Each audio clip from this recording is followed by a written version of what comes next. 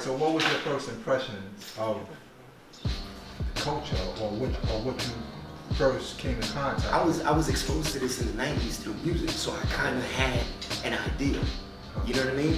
And I knew that it was intimidating, if I'm gonna be honest about it. It was very intimidating being around a bunch of people who were very militant when it came to knowledge, you know? And by militant, I mean you better know your stuff, you know? And that was one of my first impressions. I was very intimidated. It was foreign to me in terms of it being around the corner for me or around me. What was around me was Latin Kings, was Meccas and Zulus. So that was the closest thing that I got to any form of knowledge, because the Latin Kings were teaching 360 knowledge with him understanding. Zulu was teaching peace and hip hop and hip hop culture and things like that.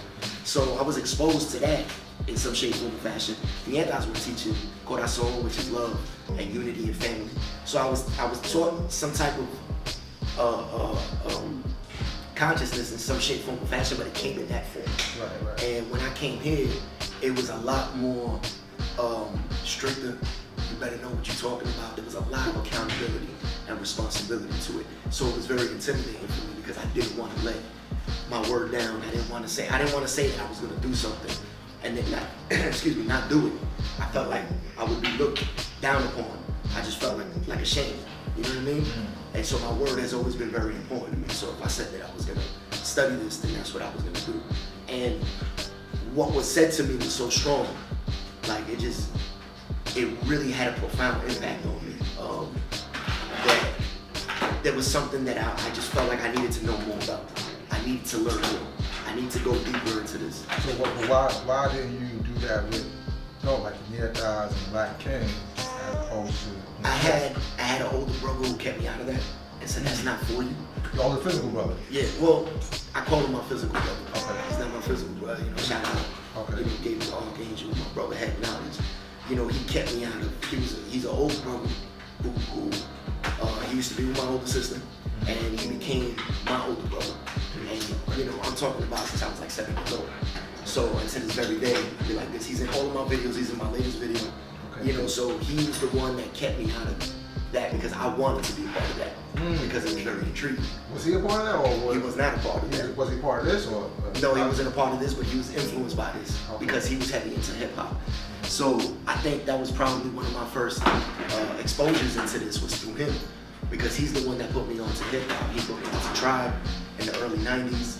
You know, I must have been like 11, 12 years old. And he bought me my first album, in the Marauders. He put me on to like when Grave Diggers came out.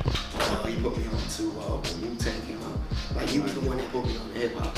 You know, he exposed me to breakdance and graffiti, you know, all that. And that was big around my way too, graffiti, the art of graphic. There was J.O., Jersey All Out. That was a bombing crew, you know. And so bombing was a culture back where I'm from. And here, man, I'm metropolitan New York. I'm so close. I live in Hudson County. I live in West New York, North Bergen, Union City, Jersey City. I got here in less than an hour ago. Right. During rush hour. Right. So that's just letting you know how close that I live to here. So the culture that came out of New York had a strong influence on the culture that came out of that section of Jersey. Hip hop, graffiti, breakdancing.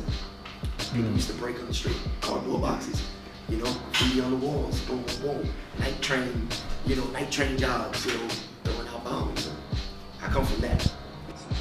If Mecca did this.